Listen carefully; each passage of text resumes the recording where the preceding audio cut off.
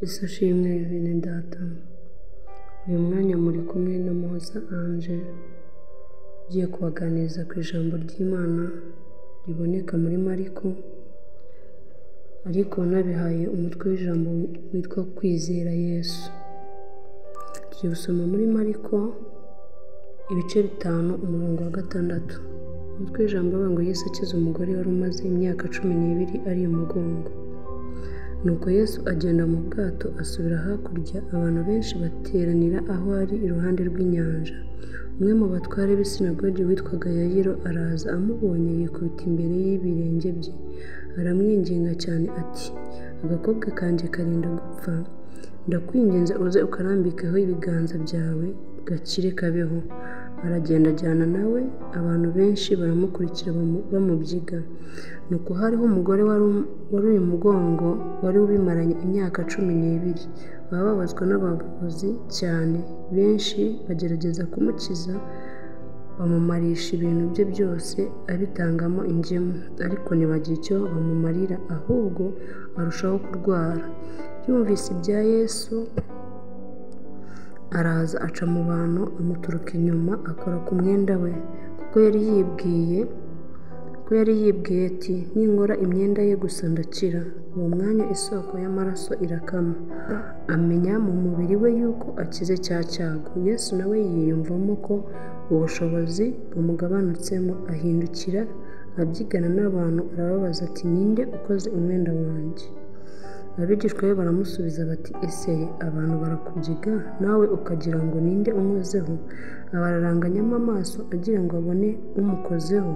Uwo mugore aratinya, ahinda umushyitsi, kuko azi ikimubayeho. Araza amwikubita imbere, aramubwira iby'ukuri byose. Aramubwira ati, mwana wanjye, kwizera kwawe kuragukijije, wigendere amahoro, ukire rwose icyago cyawe. Amen. Ahangaha uyu mugore yari amaze imyaka 12 ari umugongo. Kuri uyu mugongo, ku batabyumva, uyu mugore yari amaze imyaka 12 ari mu mihango idashira iyo myaka yose 12. Iyi yari indwara ikomeye, yarivuje byaranze, abaganga ahubwo bamumazeho imitungo ye yose, ntacyo atatanze kugira ngo akire. Nawe aho uri ufite ikibazo kikuremereye, ufite uburwayi bwakubase, warivuje ntaho utagiye, nawe ubutunzi bwawe bwose murabutanga wivuza, ariko nkuzaniye inkuru igira ngo kwizera Yesu konyine gushobora kugukiza.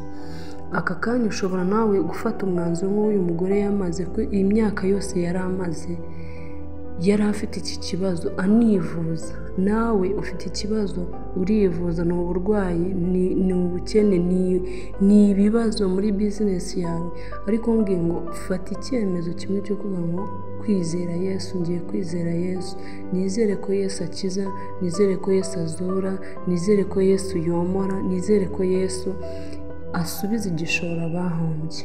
Ukamwizera, ndakubwiza ukuri yuko nawe yakugirira neza. Uyu mugore yari amaze imyaka 12 afite icyago cyo kuva. Ni icyago gikomeye, nawe ibyo urimo birakomeye, ariko acyumva inkuru ya Yesu yuko aje mu gace yari arimo, afata umwanzuro ko agiye kwizera Yesu, byonyine gukora ku mwenda we biri butuma akira. Aka kanya nawe ushobora gufata umwanzuro ko ushaka kwizera Yesu, ikibazo ufite cyose kigakira. Uyu mugore yaragiye aca mu bantu, mu kwizera yari afite, akora ku mwenda wa Yesu, kuwukoraho byonyine. Ntago gukora ku mwenda ari wo wamukijije, ahubwo yakijijwe no kwizera yari afite yuko nakora ku mwenda wari bukire. Aka kanya nawe ku burwayi ufite cyangwa ku kibazo ufite, ushobora kuvuga ngo ninizera Yesu, mwemera yuko iki kibazo mfite ari ubusa imbere ya Yesu, ari bunkize.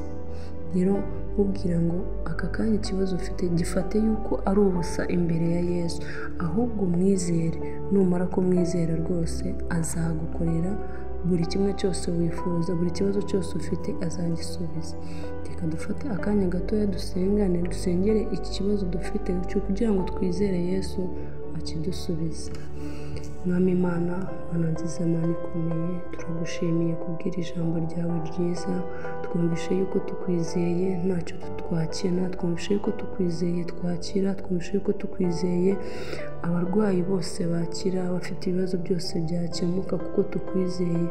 Aka kanya rero Mwami Imana ubwoko bwawe burakwizeye, aka kanya buri muntu wese yemeye yuko we akwizeye.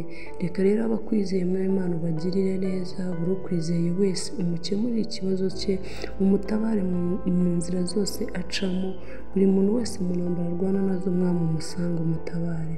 Turagushimiye rero Mwami ko uduhaye imbaraga zo kongera kukwizera, kandi yuko nta wakwizeye ngo akorwe n'isoni. Rero urakoze urakarama yuko dutabaye mu izina rya Yesu, amen.